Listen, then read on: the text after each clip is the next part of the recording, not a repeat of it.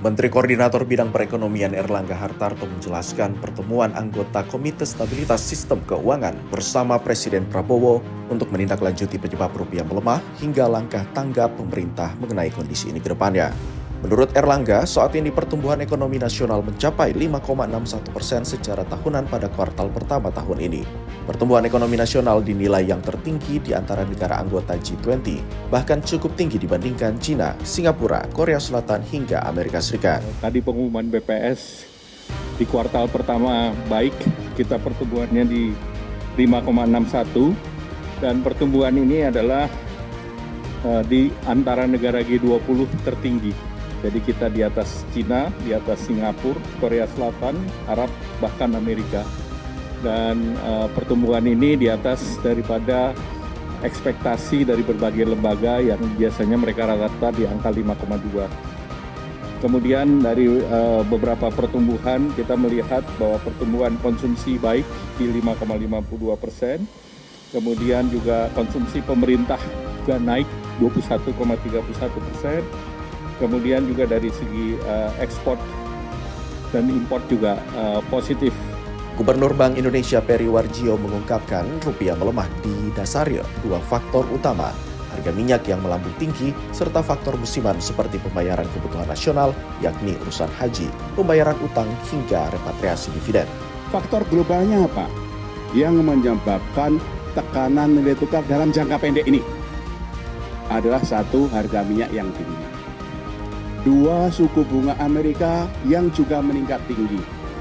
Yield yield US Treasury 10 tahun sekarang adalah 4,47%.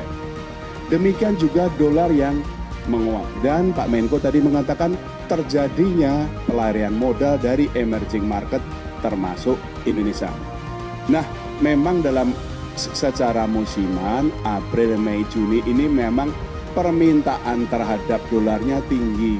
Ada untuk pembayaran repatriasi dividen, ada pembayaran utang dan juga untuk jemaah haji. Tapi rupiah adalah under value dan ke depan akan stabil dan cenderung menguat. Itu nomor satu.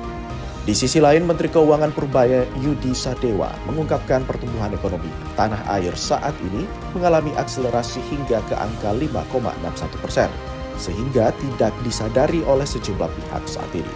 Yang pertama dari angka pertumbuhan ekonomi tadi yang keluar hari ini 5,61, itu kita diskusikan dengan Bapak Presiden bahwa kita memang sudah bisa membalik arah ekonomi. Dulu kan sebelumnya 5,39, sekarang 5,61, dibanding sebelum-sebelumnya 5 atau di bawah 5 sedikit kan. Jadi ekonomi kita sudah mengalami akselerasi. Itu yang tidak disadari banyak orang sehingga orang agak takut dan keluar dari pasar modal. Kan saya kemarin bilang serok aja. Kalau mereka ikut mesti nanti ke depan akan untung banyak. Tapi jelas ekonomi sedang menuju pertumbuhan yang lebih cepat dan akan kita jaga untuk triwulan kedua dengan berbagai kebijakan, koordinasi dengan Bank Sentral juga menjaga sistem kondisi likuiditas, dan juga kita akan memberikan stimulus tambahan ya Pak Menko ya. Dari Jakarta, Max Munte, Dio Malau, Simpo TV melaporkan.